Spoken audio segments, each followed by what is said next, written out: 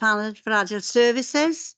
Can I just ask people to introduce themselves that are in the office, because people online wouldn't be able to see you. So should we start with you, Dave?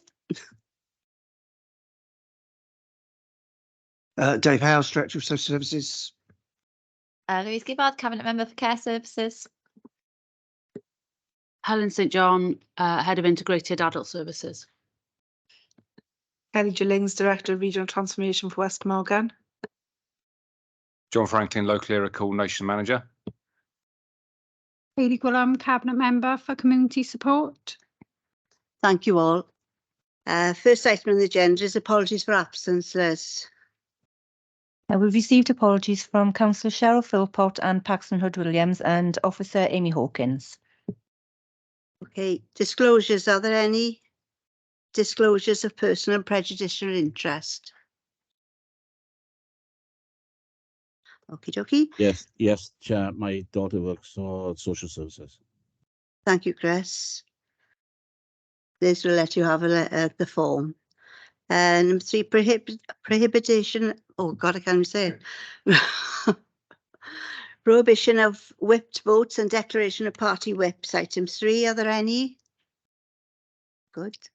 Minutes of the previous meeting. Go through page 1,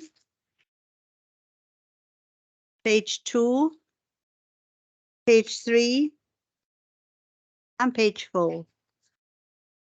I take that as true record. Thank you, Tony. Do I have to have a seconder for that? Because there's only a few. No, fine. Good. Public question time. Are there any? No questions? Great. Item 6. Of course, we're going through this like a rate or not, aren't we? Update on West Glamorgan Transformation Programme. Kelly, or do you want Louise? Yeah, I'm just going to make some introductory comments, then I'll hand over to Kelly for the detail, probably. So thank you, Louise. Yeah, so thank you to Kelly for bringing the report. Obviously, hopefully everyone's had a look at it, and Kelly be able to answer any sort of more technical questions. But just to sort of go through it, as section 1 sort of makes clear in the background, there has been a bit of disruption, obviously, to the work of the Regional Partnership Board because of the COVID priorities. But the transformation programme has been relaunched in June of last year and is well underway. Section 2 lays out the sort of terms of governance with each of the programmes relating to an RPB priority and reporting to a board, the first of which is chaired by Dave. The area plan was developed in response to the population needs assessment, and then that has then fed into the 4 priorities, which are strengthening communities, transforming health and care services at home, transforming emotional wellbeing and mental health, and transforming complex care. Section 4 outlines the very good engagement that's gone on throughout with third sector, with citizens, service users, carers, represented as the plan's been put together. The performance is summarised in the appendix. I think the infographics there give a really lovely snapshot of the progress that's been made, and I think if you've had the time to have a look at some of the quotes as well, I think that's a really lovely way of showing the difference that some of these projects have made to people around Swansea. Section 6 gives a bit of information then on winter planning and the important partnership work that was going on through the winter to make sure that there's that flow from the health service into care services. Obviously, this has been very challenging, as I'm sure everyone is aware, but I don't think it's an exaggeration to say that everyone has been doing everything that they can. I can't get the actual report up, so I'm just reading my notes. And I've put section 7 a short note then about regional working and the national framework for care and support that's being developed. So hopefully everyone's had a chance to look at particularly the appendix, really, because that shows the progress. And I'll hand over to Kelly, because probably wants to pick out some key points. Thanks. Great. Kelly, are you able to share the screen for people to see? And would you take questions during the presentation, or do you want them at the end? I'm happy either way. It's up to you, whichever way you would want to do it. Thank you. It's okay. Right, I'm just going to get to the right page. Do I need to dial into Teams in order to share it? I do. Bear with me.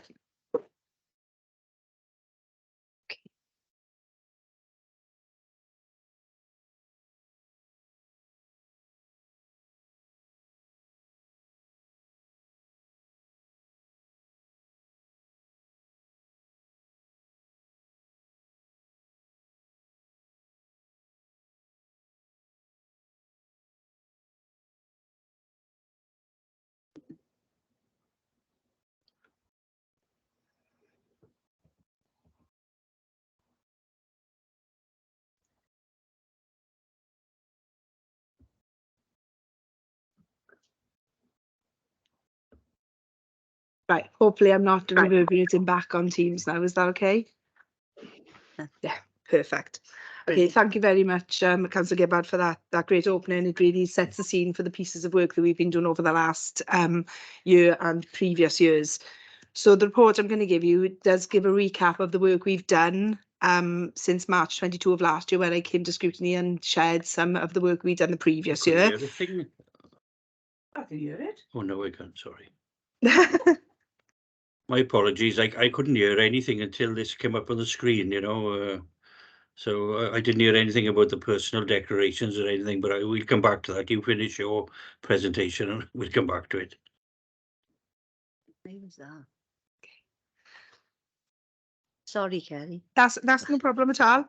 So on page 10 is where I'll start with the background. So just give you a little bit of the elements. So this report by default gives us information on the partnership elements where integrated services are developed on a regional basis. So that's across all the partners. So we're talking Swansea Bay Health Board, Neath Betawba Council and Swansea Council, where we work together with the third sector, citizens, service users and carers. So everybody comes together in a co-productive manner to try and develop seamless services that share across. So as part of this, as well as Louise has outlined already, or sorry, Councillor Gibbard has outlined already, this also does the relationship between the health and social care rebalance and agenda and the piece of work that's going on nationally in Welsh Government at the moment. So as outlined, the partnership has changed dramatically over the last 4 years. The first change was the health board boundary change, where Bridgend, population of Bridgend departed the Swansea Bay Health Board footprint, or what was the Abertawe Bro Morgannwg footprint, and it moved into Cwmtaf Morgannwg, which then established West Glamorgan as the new regional partnership. So just to give some histories for those of you who may not have been part of this board at the time. So we set ourselves a transformational programme back in 2019, and then only to discover that the COVID-19 pandemic was going to affect everything. And our transformation programme was paused to some degree so that we could concentrate on the operational delivery pressures that were facing health and social care services at the time. Then in June 22 of last year, we actually got back on track and we redeveloped or re-established the partnership arrangements. And we have now, as you can see from the appendices, actually made some huge strides forward in supporting the population of West Glamorgan. I won't go into the governance structure if that's okay, because I think Councillor Gibbard's already outlined that. That just describes the programmes of delivery of work that we have at the moment. During a cycle of the Regional Partnership Board, every 5 years, we have to develop an area plan. So that's currently going through Cabinet at the moment. It's going to be presented on the 20th of April, but this gives you a snapshot of what that area plan is going to look like.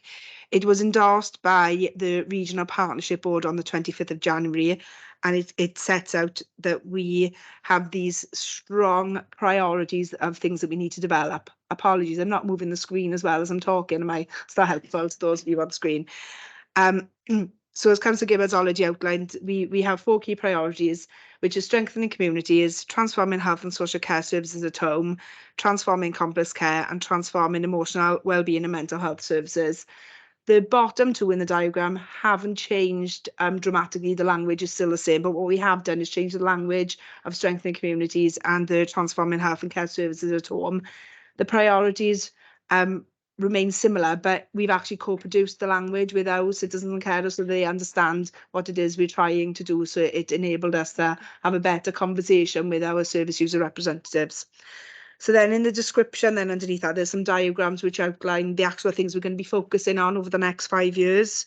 So for strengthening communities in particular, we're going to be supporting carers of all ages. We're going to be looking in depth at prevention and wellbeing services to support delivery of person-centred health outcomes and care outcomes. And we're going to expand a range of financially suitable accommodation needs for our population in the community.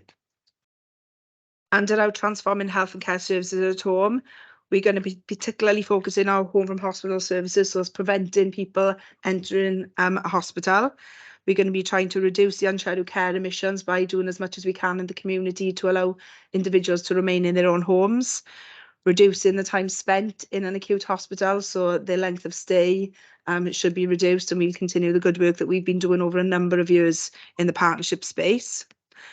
And then in transforming emotional well-being and mental health, we're going to be looking particularly to implementing a no wrong door approach to emotional health and well-being, so that people don't have to open 10 doors to find the way in for some support. We're going to ensure that we have the right access at the right time for individuals, and we're also going to look at the range of opportunities for children and adults to access support that promotes their emotional and psychological well-being. Sorry, the phraseology there. And then in transforming complex care, there are a number of processes and arrangements that we have between the statutory partners that are being realigned essentially. So we're going to be focusing on those processes that affect individuals in the community who need our help and support, and rather than have complex processes that they have to follow, that we have something that is more streamlined. That is the aim really of our Transforming Complex Care programme, along with another number of other things, which is making sure that individuals have the right care at the right place when they have the most complex needs in our society. So through the pandemic, our engagement and co-production work has continued, and as such, we signed off a co-production framework, a co-production charter and a co-production toolkit, which has also been endorsed by the statutory partners and our third sector partners as well. So those are the tools that we use to make sure that we are engaging and working with our service users, citizens and carers across the region. We are also going to be bringing forth very soon our West Glamorgan Volunteers Framework, which will support us in our endeavours to have more volunteers supporting our communities locally.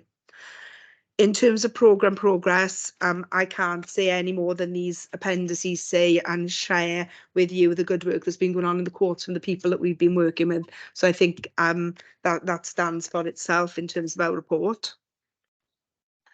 We are going to be bringing more reports like that through our quarterly monitoring returns. We're going to be trying to provide our partners and our citizens and carers with much more detailed reports like that, so people can actually see the difference made. Sometimes reports are too lengthy and not visual enough for people to understand exactly what it is we've achieved. And just to reiterate that across Wales, we're looking at this as well. So all the regional leads, so myself and my colleagues, we're looking at a way of making sure that we can present the data on a national basis as well, so that everybody understands where they are across Wales in terms of implementing the Minister's models of care for Wales and looking at a healthier Wales policies and things. So moving on to section 6, the winter planning section. This is just a bit of a snapshot of the work that we did over the winter period, and in particular it was our response to meet the 1,000 beds commitment that the Welsh Government asked us to make. So you'll note there that 72 step up, step down beds were created. We increased bed enablement at Bonnerman House. We've increased the number of virtual wards beds. There were a number of things that we did in order to help and support people being discharged timely out of hospital, and also support people who were becoming more poorly in the community who needed some form of support. We didn't stop there, so that was particularly in focusing around older adults and people with complex needs. We also continued to support our carers.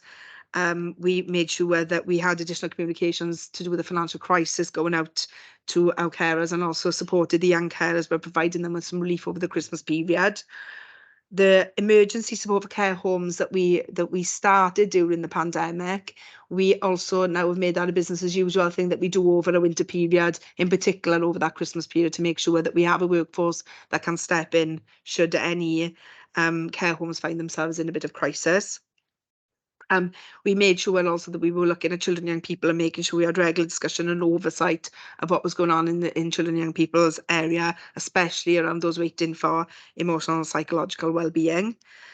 In terms of the emotional well-being and mental health, the voluntary sector continued to support and encourage people with mental health issues to reconnect with their communities. And then finally, on winter, the learning disabilities, we continue to engage with individuals to make sure they have their annual health checks, because those are very important for us to understand where they have health needs as well. Obviously, having those annual health checks gives us an indicator of how well they're doing in their communities.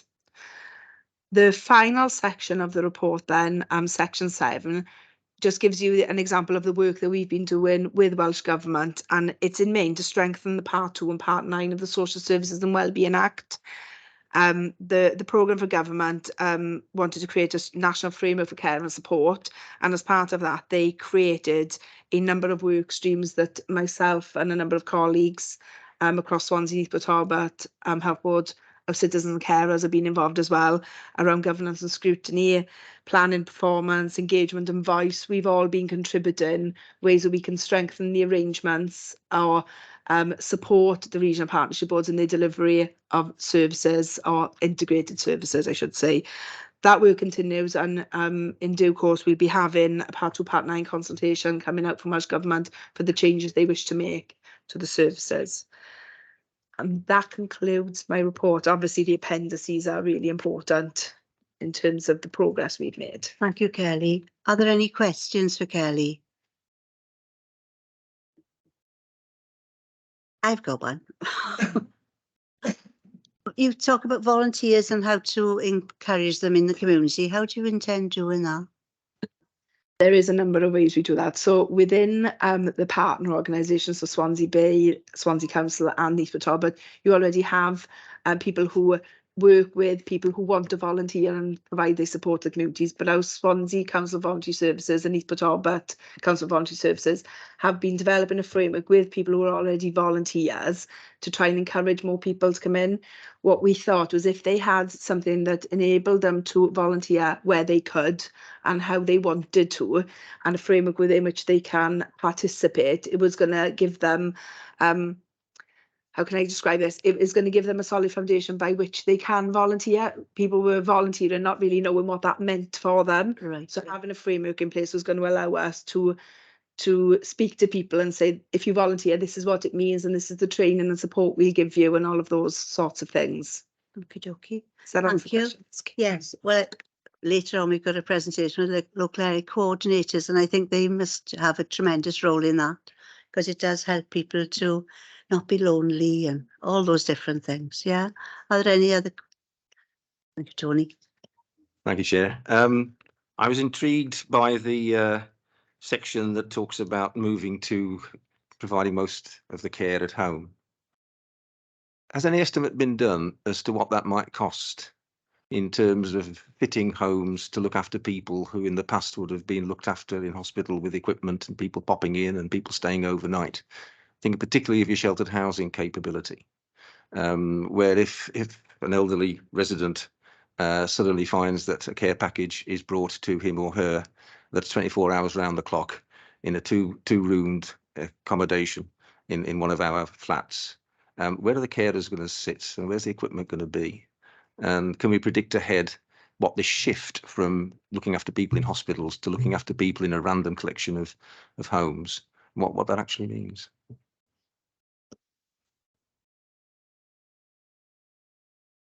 Yeah, I think you're hypothesising about a future that's a long way off of what we'd actually be able to deliver at the moment, Tony. Still the reality of, for the majority of individuals that needed 24-hour care, our offer would still more likely be a more institutionalised setting for that type of care. I suppose what we're looking for, at least at this stage, is there are more opportunities to support more people who actually with wraparound and integrated services, including high level of reablement type interventions, etc.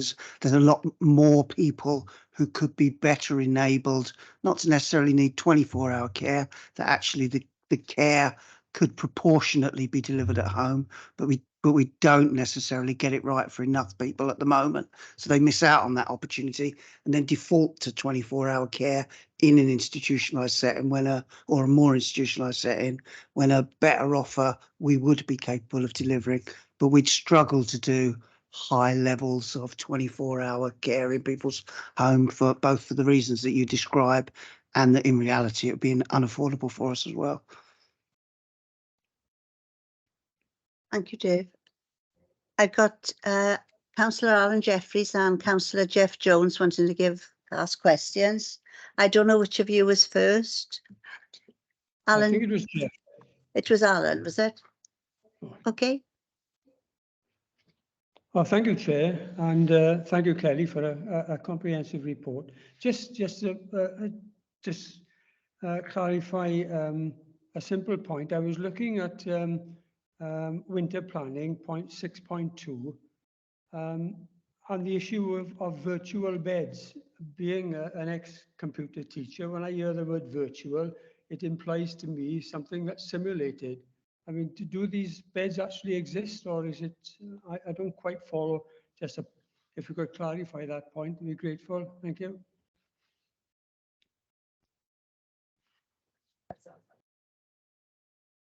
Yeah, I can try and answer that. Are you referring to the virtual wards? Yeah. The virtual wards, yes, Yeah, not beds. Yeah, thank you. Yeah, no. So the virtual wards are another sort of, it's essentially it's a health board development that's a step to support people to come out of hospital who've still got clinical needs. So you are right, they're not physical wards, they're not physical, but it's for people to receive care that they would traditionally and previously have perhaps received in hospital, but to allow that at home. So they're multidisciplinary teams led by clinicians linked to the GP practice. And the idea of those virtual wards is that they support people to come out of hospital and to provide some of that ongoing care at home, but also conversely get involved to try and prevent people going into hospital where they can be treated at home. So yeah, there is currently a consultation out, interestingly, to look at what perhaps those virtual wards should be named going forward, councillor. So I think perhaps a lot of people are struggling with quite what that means in terms of a virtual ward, but we've still got people who, when we talk to them about the virtual wards, think they're going to be coming into some kind of actual physical place. So yeah, there's currently a consultation out about what they should be called going forward, but the virtual wards, that's what they are really. They're another step between hospital and community to allow more people to be looked after at home. I think would I be right in saying so the virtual bit is like the administration, the management is sort of more sort of floating in the cloud rather than them all being in one place, in one house together. So they have virtual ward rounds, virtual board rounds, which are carried out in this format with occupational therapists, physiotherapists, nurses and doctors present to talk about a caseload or a ward of patients, if you like, but it is how did you describe it? It is virtual in the ether, but they are real people. Thank you, Helen. Thanks very much. Brilliant. Thank you, Helen. Councillor Jeff Jones. Yeah, thanks, Chair. Yeah, as I said, I'm sorry I missed the start, and I hope this hasn't been answered before. Yeah, it's also in 6.2. It's the additional capacity in domiciliary care.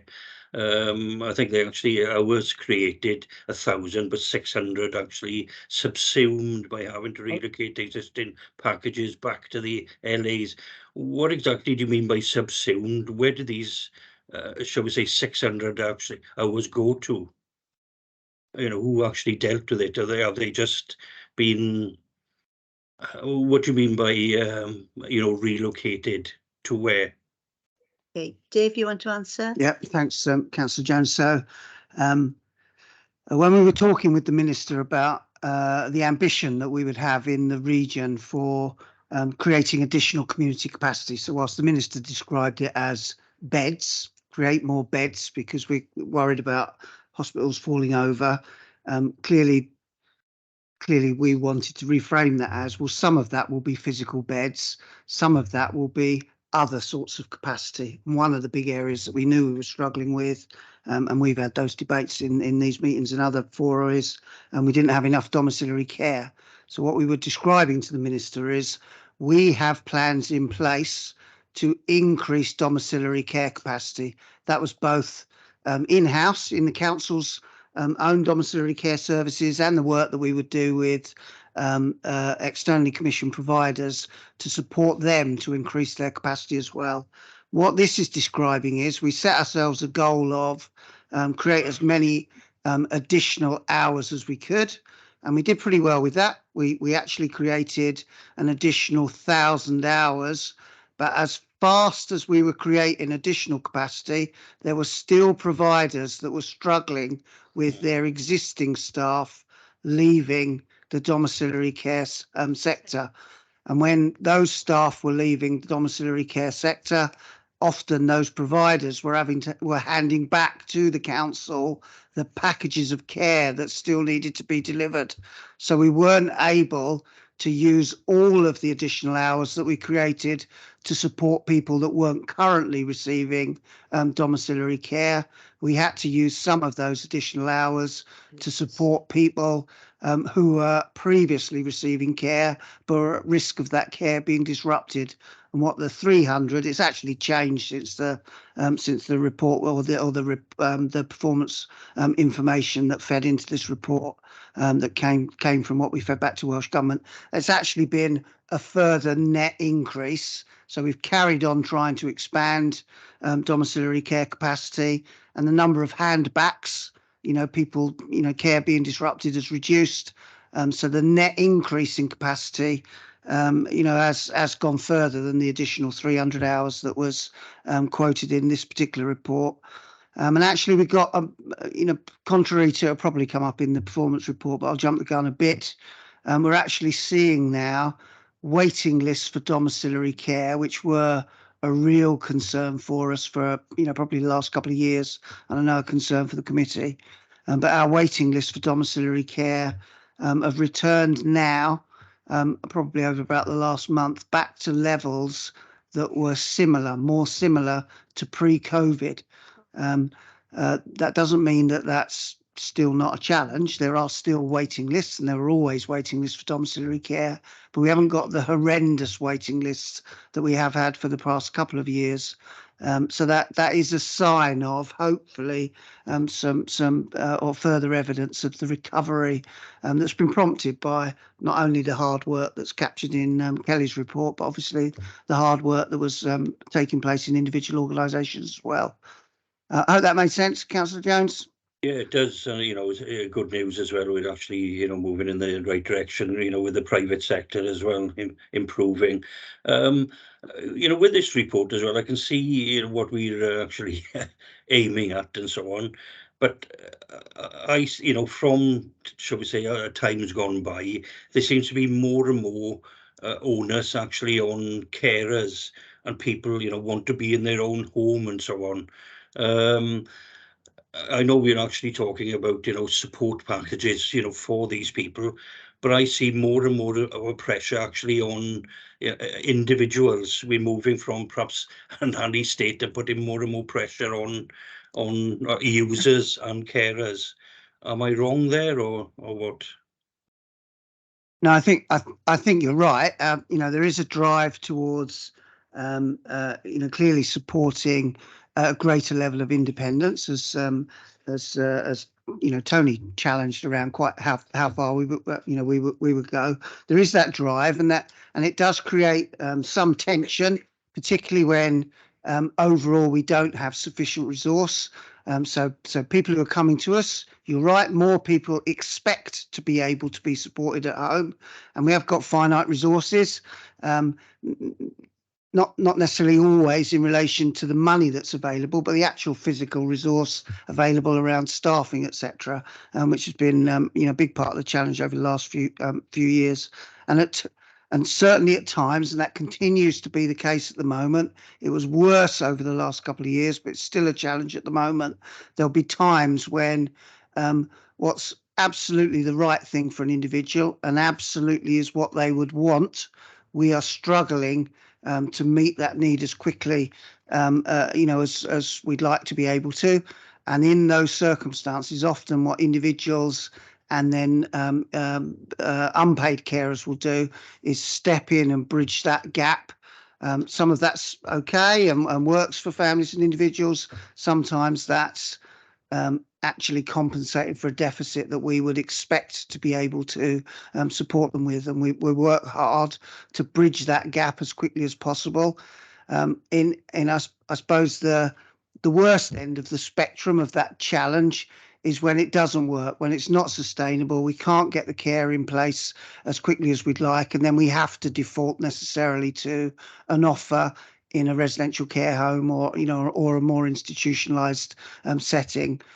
We try to avoid that as much as possible, but part of this 1,000 beds initiative was we'll create that capacity just in case. So it's both about trying to relieve pressure on hospitals, but also to compensate for some of the deficits in community capacity for direct care at home.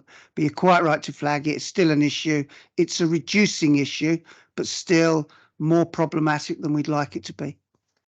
Thank you, Dave. Louise, do you want to? Yeah, I just wanted to add to that. I think, absolutely recognise, Councillor Jones, that the pressures that carers are under, and as Dave said, help. We need to help support them, to support their loved ones, and would really urge anybody listening, or anyone that carers in the community that you come across, to take up offers of carers assessments and to find out what support that they can have, so that they are in a better position to help the people that they care for, because that support is available. It's it's alluded to in the performance report as well. Okay, Thank you, thanks. Louise. Tony?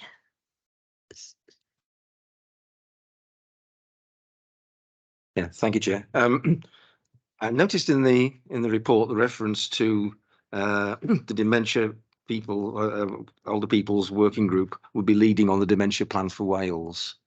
I wondered if you could say a little bit more about how you think that new plan might differ from the current arrangements in terms of what to some of us looks like a sort of patchwork of cover, and in particular the balance between social work involvement, nursing involvement, and clinical medical involvement in the assessment process and the ongoing oversight of individuals who sadly have got this condition. What do you think might change? Thank you, Kelly. That's it. No, so the All Wales Dementia Standards has been pulled together by lots of individuals, either caring people with dementia or early onset dementia, and things that we've learned in the past. So what I would hope is that has given us a lot of lessons that we've learned from across Wales, and give us a framework by which we can support individuals more effectively, I guess. I'm going to say in the dementia journey. I'm not sure whether that's the right thing to say, but before they have a diagnosis of dementia, where they've got memory, cognitive impairments, and those sorts of things in advance. So I would hope that the piece of work that's been done across Wales, I think it was Public Health Wales that actually did that piece of work. They've got the dementia standards and the dementia action plan. If we were successful in implementing both things, then our care and treatment and services for people with dementia would be much improved than where we are today. I think that's what is going to be delivered.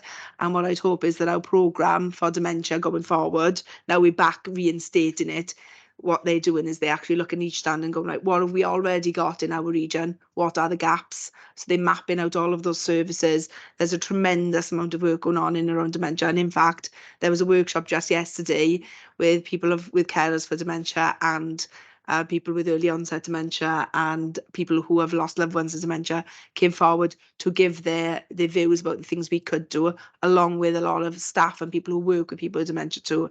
So I think we are starting to re-establish the dementia work stream, let's say, since the COVID pandemic. I think that it was one of the things that was probably paused during that time, but we are ready to go in the region and work together to improve the situation as it currently stands. Perhaps we can look at that at a future meeting and get dementia as being a subject that we'll actually bring forward. Are you happy with that? Yes, Joe. I don't know whether I could just press this beyond its limits, perhaps, but just a couple of examples of where you see the changes being made as a result of what you've just described as the new approach to this. I think it's our preventative services and our services for community people in the community and caring for them where they have some memory loss, rather than dementia at the highest end. I'm not using my terminology very well. Helen will probably help me out with that a bit better, wouldn't you? I can help if you want. As Kelly says, we've it has been reinvigorated now that we're coming out of the COVID pandemic, particularly in Swansea. We've got a new mental health lead practitioner in our community services who's taken a lead role on the dementia support team, which is the pre-diagnostic support that Kelly describes there, and dealing with people or supporting people and their carers who have got early cognitive or memory problems. But what we've worked very closely, successfully actually this time around, with our links with our secondary mental health colleagues, so the consultants, if you like, in the acute sites, and we've got a very much more joined up if you like, approach to our cohort. But by joining up, what we're trying to do is make sure that we're clear on our discrete roles, so we haven't got people falling through the gaps really around you know, memory clinic, etc. We're trying to support people before they get to memory clinic and people before they get a diagnosis as well, and to support them with their access to getting that diagnosis at the earliest point, and then any treatment where possible following that. So it's early stages. We've only recently appointed to that post to link in with our dementia support workers in Swansea. The other thing that we're doing is we're trying to take a very strong regional approach to it, to level up the provision across Swansea and Port Talbot as well. It is early days, but I don't know if that helps in terms of locally what our aspiration is. Okay. I think, Chair, it would be very helpful if we were able to agenda this for another meeting. Yeah, and in particular, if we could have perhaps 3 case studies that would indicate the past and the future. And I'll very happily supply you with at least 2 of the case studies for you to deal with, and give some glimpses to what in the past it looked like, but what in the future you want it to be. So, for example, if we've got an 88-year-old gentleman living on his own who's had dementia for 5 years, who's going to be looking after him and making a prognosis as to what the next 3 years is going to look like? Sorry. But maybe in the future we can do that. Okay. It might help us around where we're aspirationally going with our programme as well. So yeah. Thank you, Helen. Okay, I think that's the questions. Thank you, Kelly. Thank you so much. Sorry, Right. Chair. Sorry, can I just interrupt? As I said, I couldn't hear the first part of the meeting. Can I make a personal interest, please, in receipt of social services? Okay, Lovely. Thank you, Jeff. thank you. Okay. Right, we go to item 7, performance monitoring. And I think it's over to you, Helen. But Yeah. Louise, do you want to say anything? Yeah, just to point out, obviously this is a January performance report, so we're in March now, so it's, you know, looking backwards a little bit. January's obviously still dealing with the post-Christmas kind of a situation. I think as Dave has mentioned it earlier, there is some good, you know, progress being shown in terms of our brokerage list, domiciliary care waiting list. I also wanted to point out the bit from Amy's bit on the left about people coming back to day services. I've been going around visiting a lot of our day services recently, and it's been really lovely to speak to the service users and how grateful they are to be able to be back, and how much they value the service as well. So I only wanted to, you know, put on record my thanks to all the staff from the day services, and as well as all the other staff, but so particularly met them recently. Very happy for the Yeah. day services So to be up to. hand over to Helen. Thank you, Helen. Thank you, Chair. Thank you, I Councillor. don't know if you want to share the screen or. If people want the report on the screen, because I can ask Kelly to share I'm just going to go through the headlines really, if that's okay. Okay, that's fine. Okay, so I'm presenting on behalf of myself and Amy, who's having a week's well-deserved leave this week.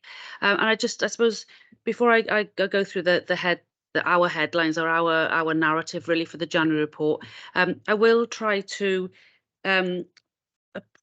throughout the update just give a little bit of a March picture on things, particularly around the brokerage as Dave described, because we are looking at 2 months ago, which so I will be able to give a little bit of an update on that. I wanted to make a comment really about the reassuring crossover between Kelly's West Glamorgan Transformation Programme update and quite a number of the comments in here, which is excellent, integrated, joined up working. So I'll run through Amy's narrative, Amy's comments for January first of all. And I would say, whilst I will try, I'm sure ably supported by Dave, to answer any questions, I may need to come back for any questions on Amy's part of the world if I'm not able to answer them, if it's not something I've got to mind.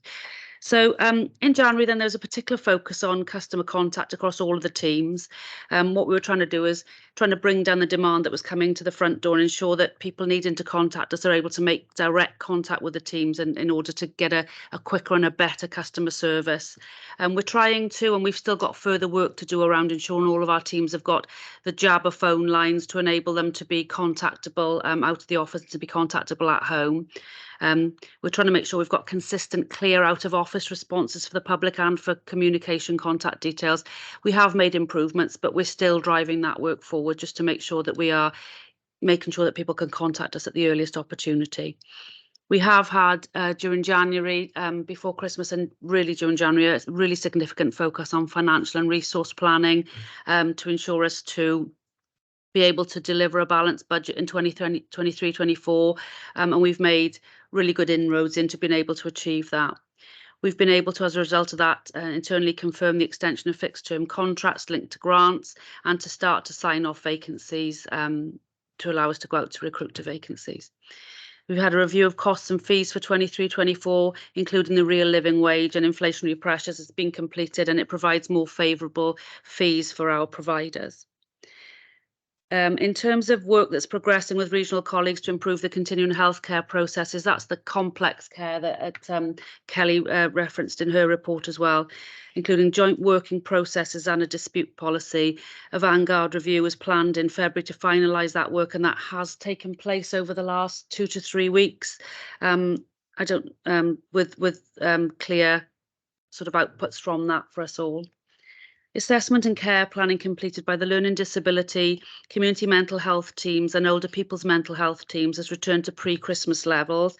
Councillor Gibbard did reference the sort of post-Christmas or over Christmas staffing and annual leave impact on work that we see. So we've returned to pre-Christmas levels.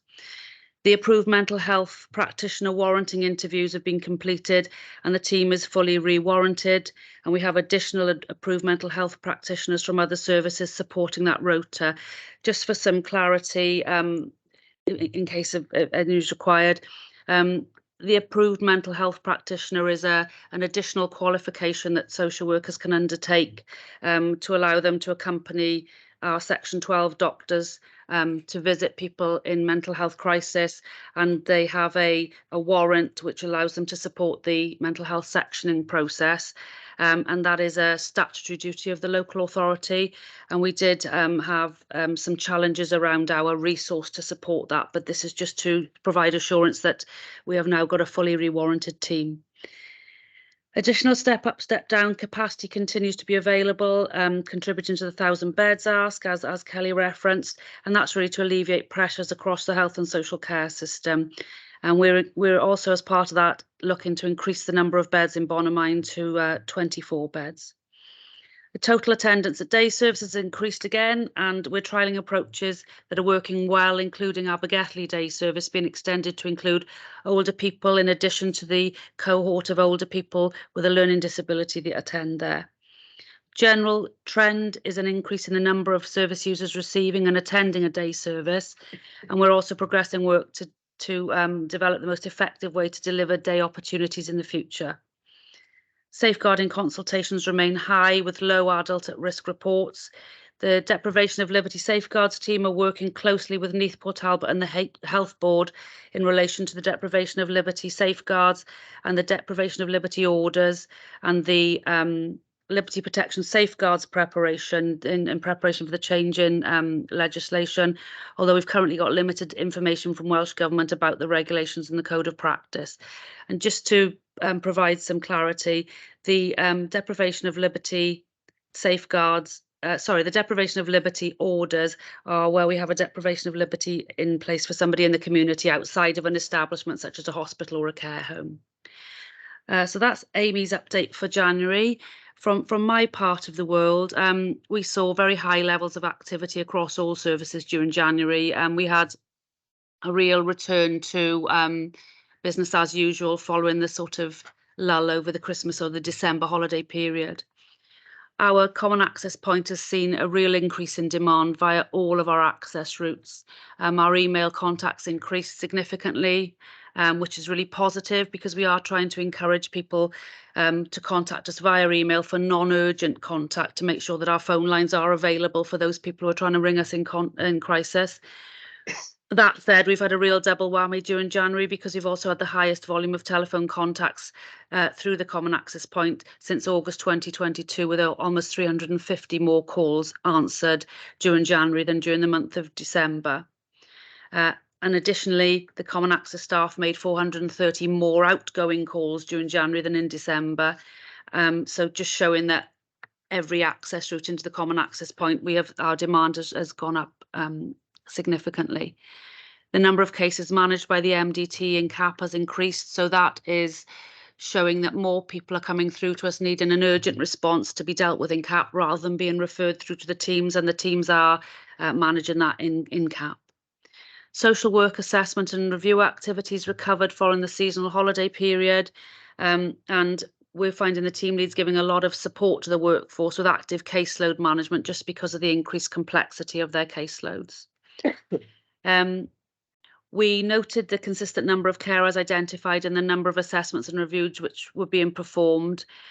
We were aware that the partnership between Swansea Adult Services and the Carer Centre was due to, the funding was due to cease at the end of February.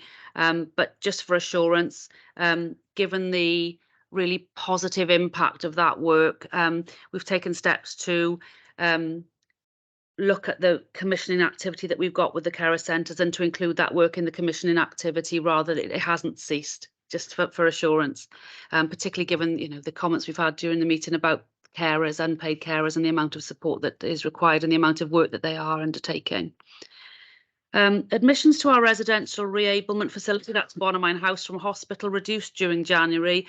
And that's probably linked to the fact that during January there was a high level of COVID activity in the hospital, and we had numbers of wards that were closed due to COVID infection on the wards, which has that ongoing challenge to admission to a care home. If people have been exposed to COVID on a ward, it does have an impact on the flow out of hospital to a care home setting. That said, during January, Bonamine House also experienced COVID-19. We had it in our residents and also in our staff group, but we did continue to admit on a risk assessment basis during that period.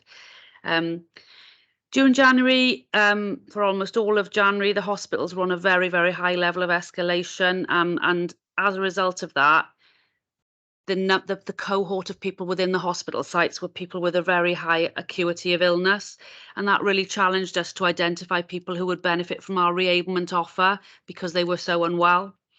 The community reablement teams have demonstrated significantly increased flow in January, and that's linked to a number of activities.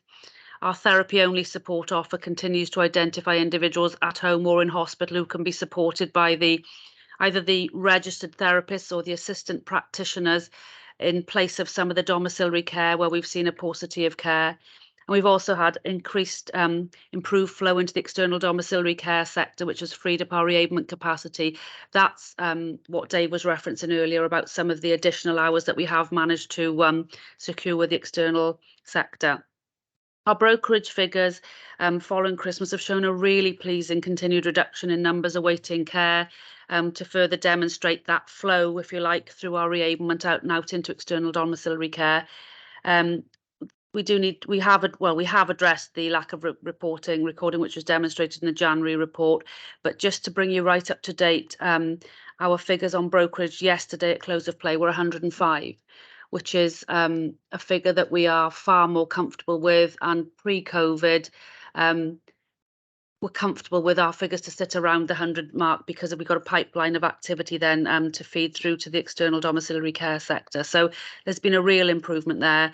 And I think for the first time I can remember, our numbers of people waiting in hospital on brokerage were down in the teens, down from the 20s during March. So there's been a real improvement, and there's a continued improvement there.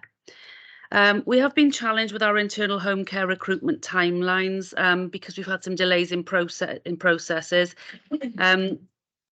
We have addressed this since January. We've had some limited availability of some of the mandatory and essential induction training and practical training for care workers, in particular our manual handling training, which clearly delays our ability to make use of our new care staff because they can't work on their own until they've had their manual handling training. We have worked through that with our staff development and training colleagues, and are getting more face-to-face manual handling training available. Staff in our home care and social work teams are actively engaged in piloting ways of working and also the wider work. We're trying to look at some of our processes to review and redesign some of our models of service, just to make sure that we are as effective and efficient as we can be in terms of the services that we're developing. So there's ongoing work there between the home care team and social work colleagues. So that's the January position, with a little bit of positive news to show improvement for March. Thank you, Helen. Are there any Chair. questions for Helen?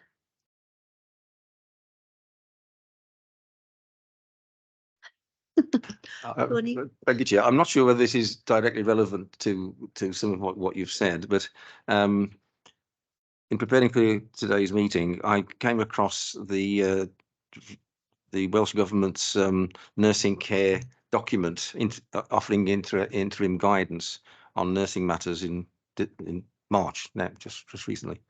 And it restates the definitions of funded nursing care, which is the NHS, and continuing care, funded continuing care, which is slightly different.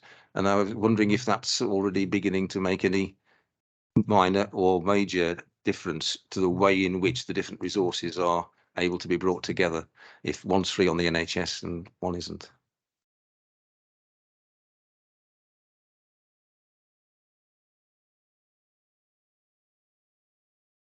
On the side of the world that Helen is embroiled in, actually the arrangements work very well. The collaborative arrangements between Health Board and local authority around concentrating on establishing the most appropriate support, and then making sure the money debates don't get in the way of putting in place the right care and support if it's available as quickly as possible, or mitigating if it's not.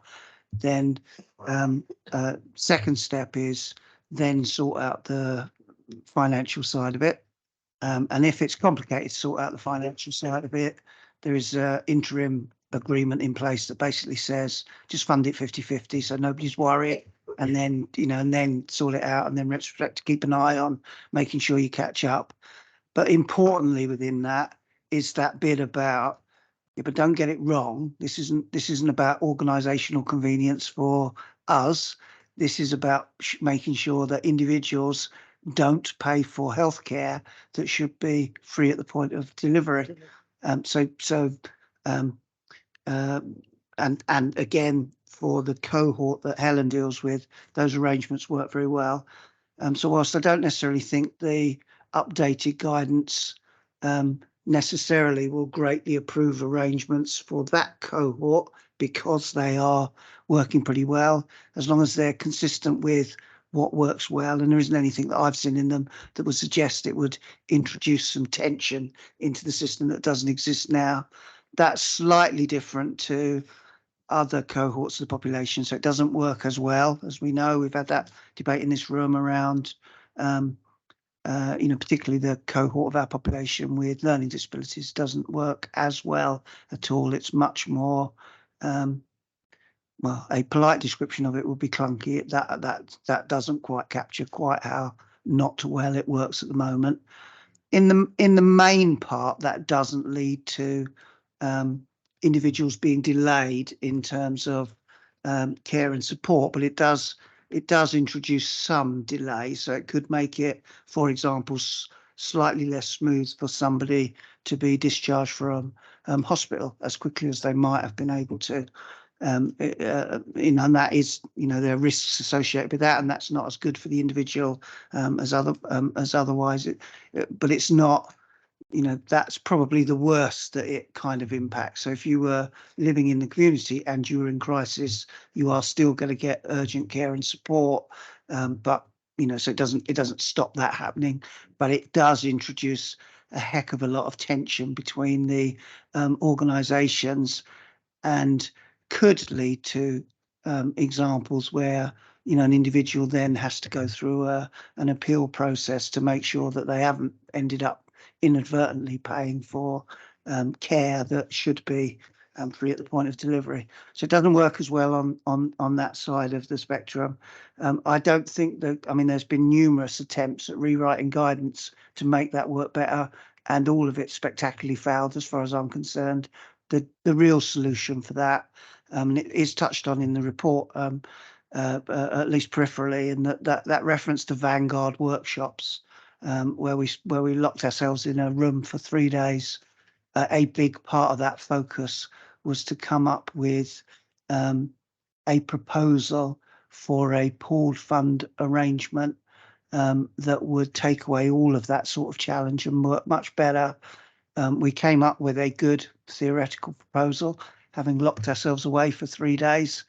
Now the challenge will be selling it to our respective organisations and and the different stakeholders in that. If we pull it off, though, I think that'll be at the vanguard of any, no pun intended, of any of the arrangements across Wales. I am keen that we manage to overcome any reservations that there might be organisationally about doing that. That will be, if we get that in place, that will work a lot better for our population, and that should be our aspiration, shouldn't it? Thank you, Dave. Okay. Just so I'm clear then, Dave, in terms of the move of some caring capacity or even diagnostic and assessment capacity out of hospitals into the community, given that the health authority have got the funds to provide the nursing input to the care in the home, because, as you say, it's free on the NHS, would we be right in assuming that the local health board is all the way with us in terms of wanting to effect that shift away from hospital care, if we can do it, into the community in these different settings, with both partners picking up the elements of input that they should be putting in?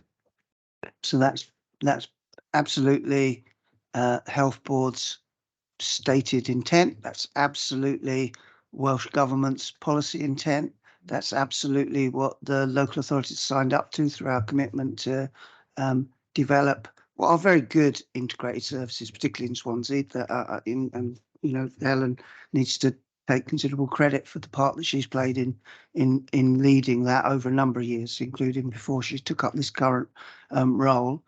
There is still a challenge around, in the end, how do you make sure enough money flows into that collective community pot? And Welsh Government are going to struggle with their investment plans going forward.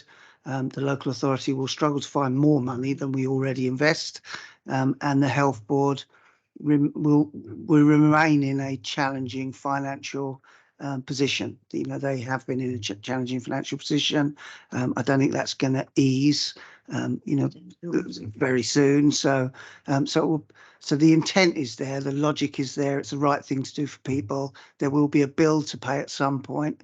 If we're going to be as good as we could be, I suspect in the end we'll be somewhere on that continuum of, we'll have done some good stuff and there won't quite be enough money in the system to take a next step until things change in terms of overall levels of public service funding, which hopefully will improve at some point in the future. Thank you, Dave. Okay, are there any other questions for Helen? Can I just say, Helen, after being involved with an emergency in my own community within the last few weeks, both social services and health authority were amazing and it was sorted. So thank you. Right, we're on to item 8 now, local area coordination update. Hayley, do you want to say something first? Yes, please, if I may. Thank you, You seem Chair. so far away. I know, and it's quite dark in the corner over here. Yeah, so if I may, local area coordination is part of our early intervention and prevention offer, and it is to minimise the escalation of individuals needing higher level statutory care. Local area coordination encompasses the key principles of Social Services and Wellbeing Act to promote independence and giving individuals stronger voice and control over the care that they receive. It also promotes well-being and drives forward co-production so that individuals have involvement in the design and delivery of services. And it does this whilst building resilience and confidence in individuals and drawing upon the strengths of connections within their own communities. The impact report, you will see, shows that and that impact report, sorry, goes from from January to December, calendar year 2022. And it shows that we've got 23 local area coordinators now, which means that we've got full coverage across Swansea. I won't go into great detail, but just to draw on some of the main points within the report. There were 4,472 positive changes where local area coordinators were walking alongside individuals in their communities. There's lots of wonderful quotes and feedback from individuals, from community members, councillors, partnerships within council teams and external. And it also shows as well that local area coordinators are really embedded in our communities because of where you can see the referrals are coming from. Whilst you can't quantify in monetary terms right now what local area coordination is doing, there is an academic evaluation going on at the moment, which is currently in its final stages, and I'm sure Lee and John would be able to pick up any questions around that. But I think the impact will be ongoing. It isn't just about financial savings, and certainly not about financial savings to individuals, and it's around working in the right way with individuals, with people and their communities to recognise that they are the experts in their own lives. So if I can hand you over to Lee or to John, who's going to take you through the report. Oh, now I'm seeing Lee on the, hello, sorry.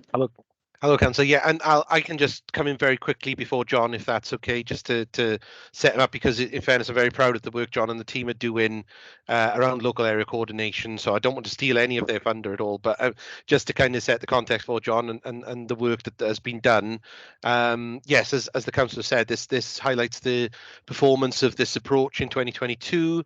We're today asking for sort of views and recommendations on the report, which you'll see is presented a little differently than perhaps we've done in the past. And I think it's just important to flag a couple of those points as the council has done. That I think it is important for people to note the blend of both qualitative and quantitative information in this report.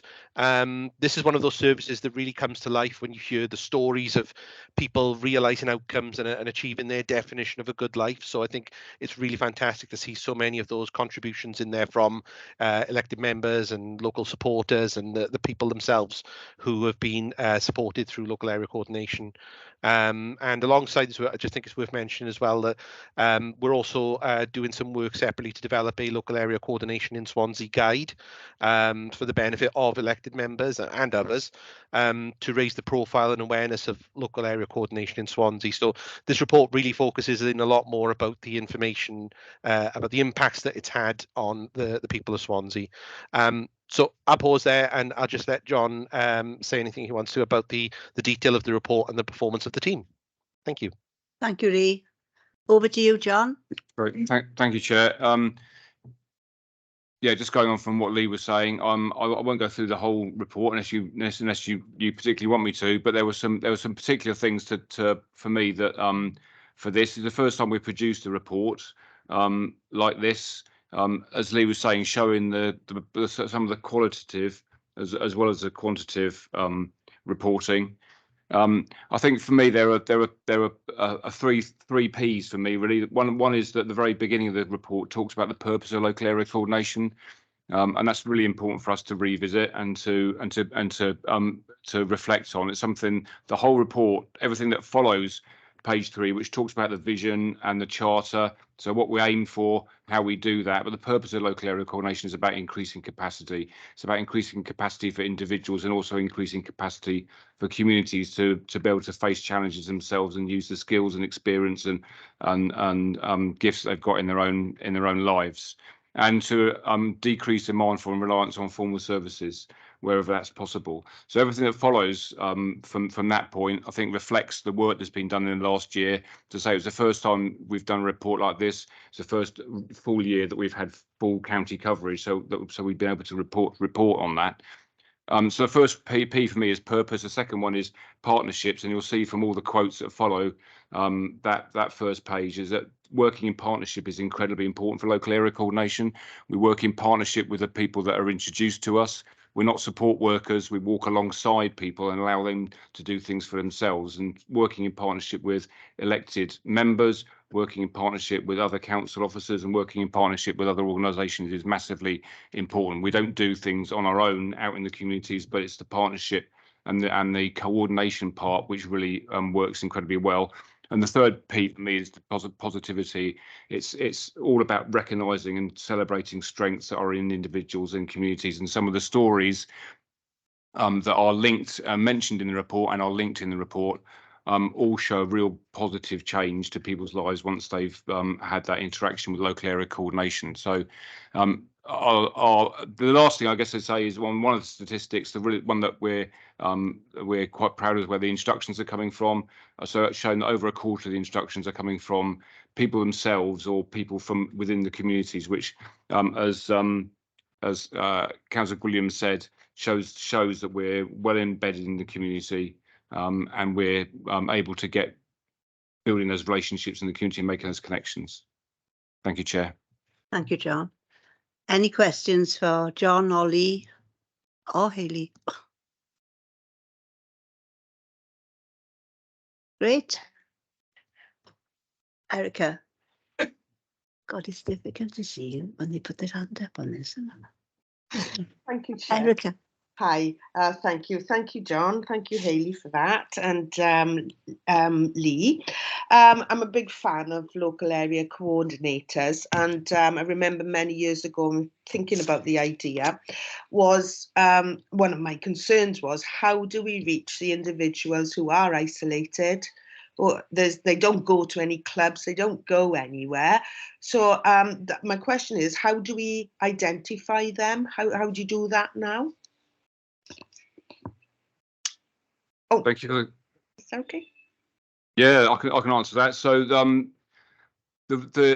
the way the model works is that each local area coordinator is based in a specific population size. Their first role when they start the job is to get to know people in the area and to get to know key community people, and they spend time in their area getting to know the area and making those connections. And during their week, they'll be spending time in key community locations, whether that's libraries or whether that's some of the groups that meet, or the coffee mornings, or you know, other what we would call bumping spaces that sometimes aren't necessarily the obvious ones in communities.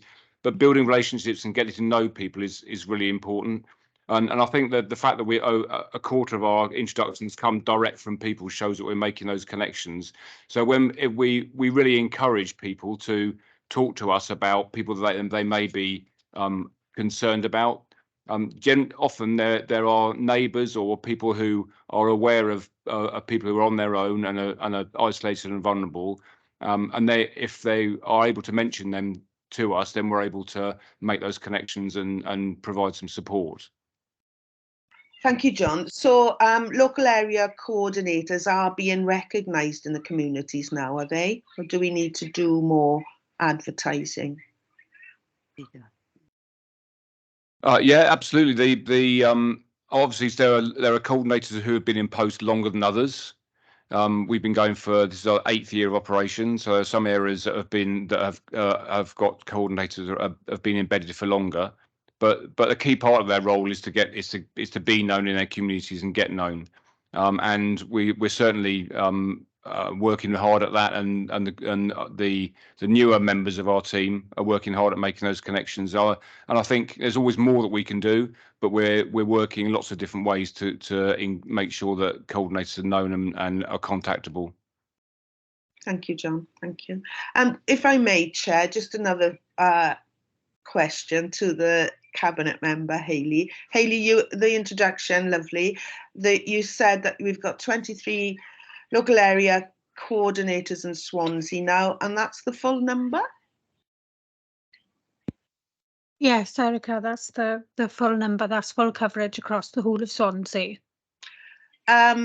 So there is one missing. There is a coordinator less in some- Yes. yeah. So Sorry, Erica. Yes. Yeah. are they going to be filled? Yes. The plan. They yes. will they? Yeah. The And plan. is that dependent on funding and, you know, going through the process then? I'm not sure Yeah, how local sorry. if they cross over or they can, you know, help other wards. That, you know, I don't know the process really. So I Yeah. just want to make sure that if we've got full coverage, that it is full coverage, and I think we do need to extend that over time as well. Yeah, I think he's just put his hand up to answer that question, Erica. Thank you, Hayley. Thank you, Councillor. Yeah, happy to put my virtual hand up to answer it. But you're absolutely right. We have had some discussions with finance colleagues about making that model work. As you may be aware, local area coordination is heavily grant funded, and the way that we operate the model allows us to adapt to situations, but it does also provide us with some challenges at times like this end of the financial year and so on. But yes, the intention is that we would fill the vacant post that we've currently got, and that we would maintain that full level of coverage. John and his team include 2 assistant managers for local area coordination, so they support the wider team and are able to provide some element of resiliency within the service. But as you can imagine, it's been a very challenging time for that. So there is a process, and John and his team work very hard in the background to manage the elements of that. But we have got positive news in terms of the direction we're heading to make sure that those vacancies are filled. Thank you, Lee. Thank you, Chair. Thank you, Erica. Councillor Alan Jeffries, you have a question?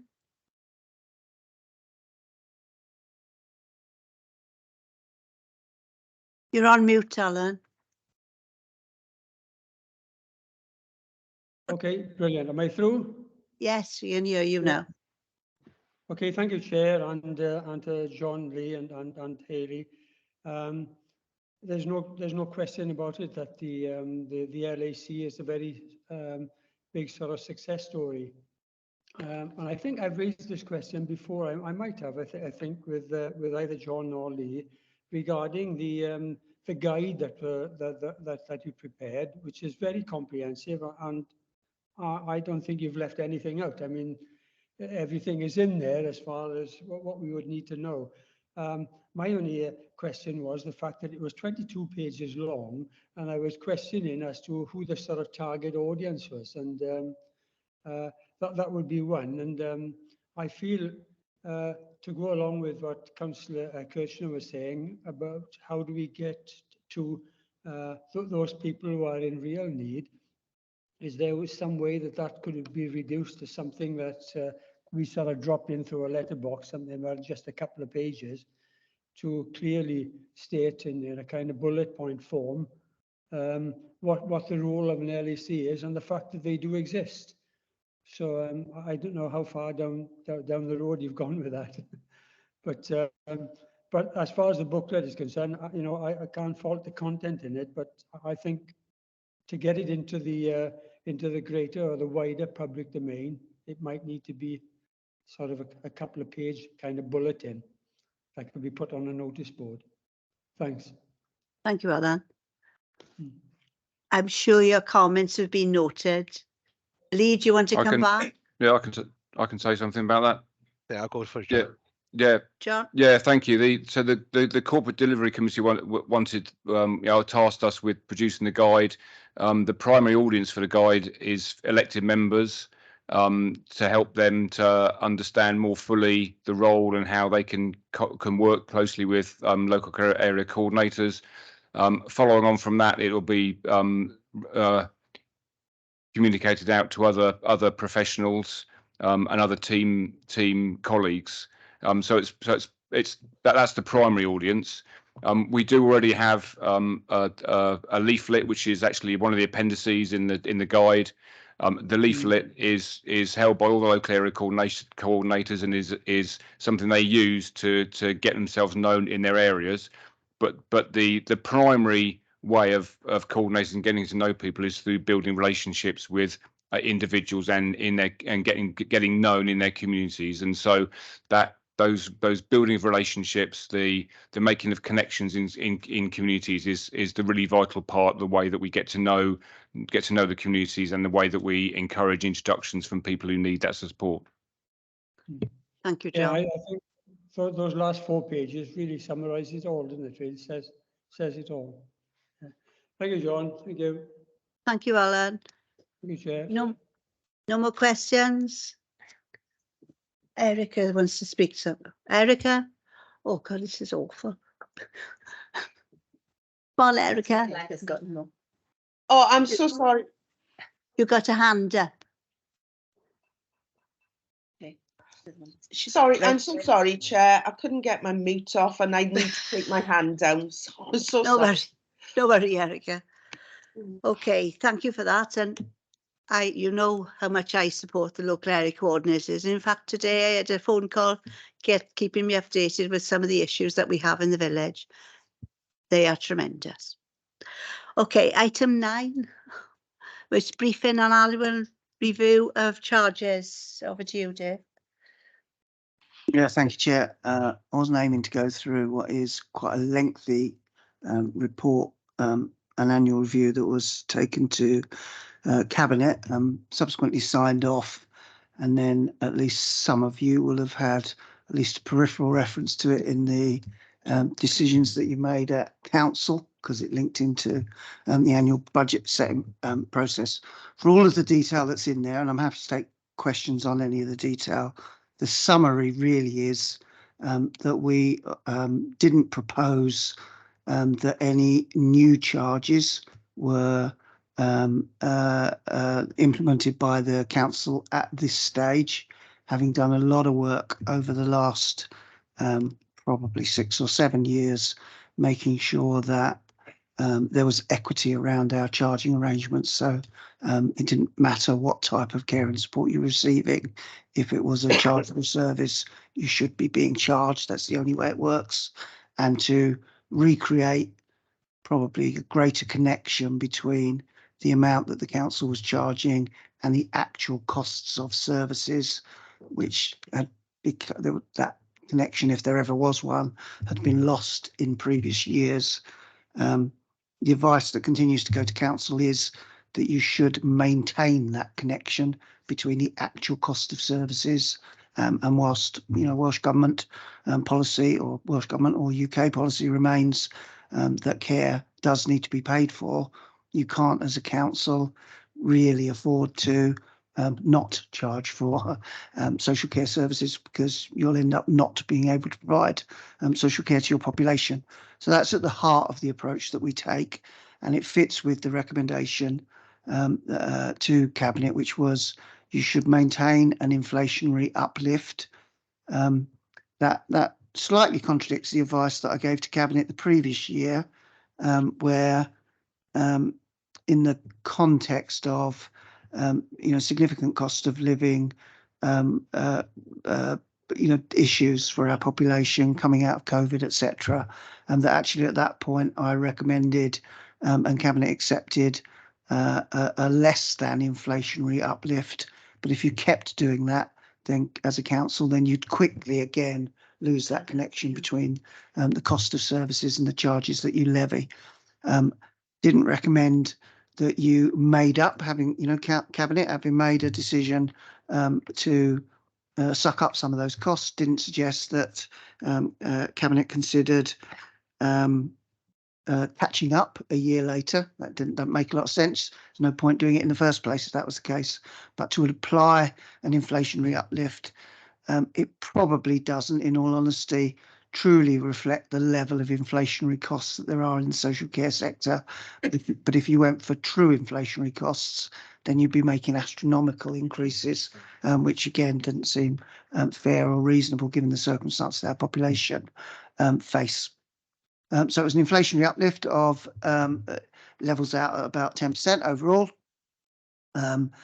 which is fair and reasonable. There was separate to the overall council budget consultation, there was a specific consultation on this particular area, and Cabinet rightly then considered in the integrated impact assessment, the feedback from that public consultation, any adjustments. There weren't adjustments that need to be made, but some further work that we agreed to do to continue to strengthen our approach, but didn't fundamentally change the decision that in the end, or the recommendation that in the end Cabinet accepted.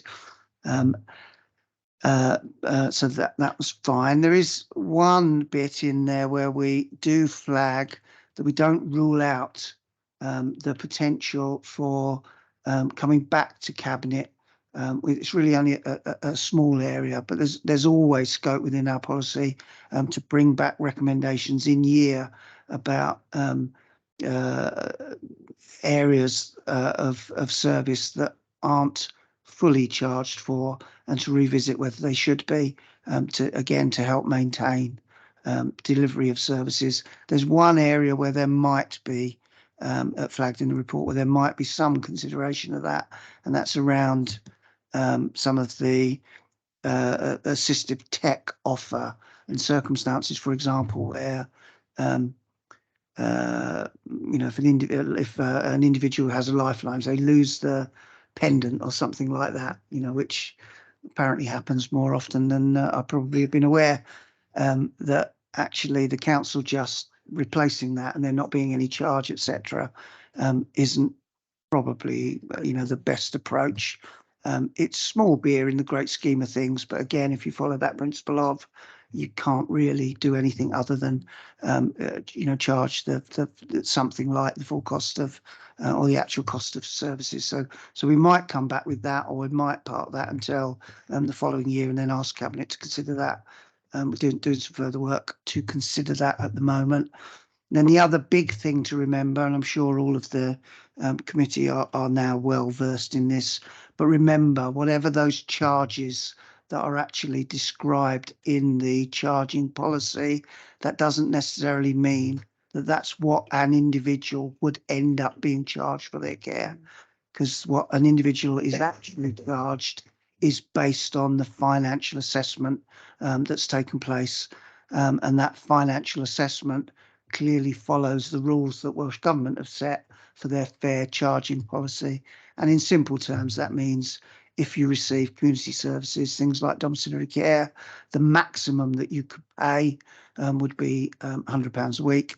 And then there's different limits for residential care. And then on top of that, there are capital limits below which you can't carry on being charged at all.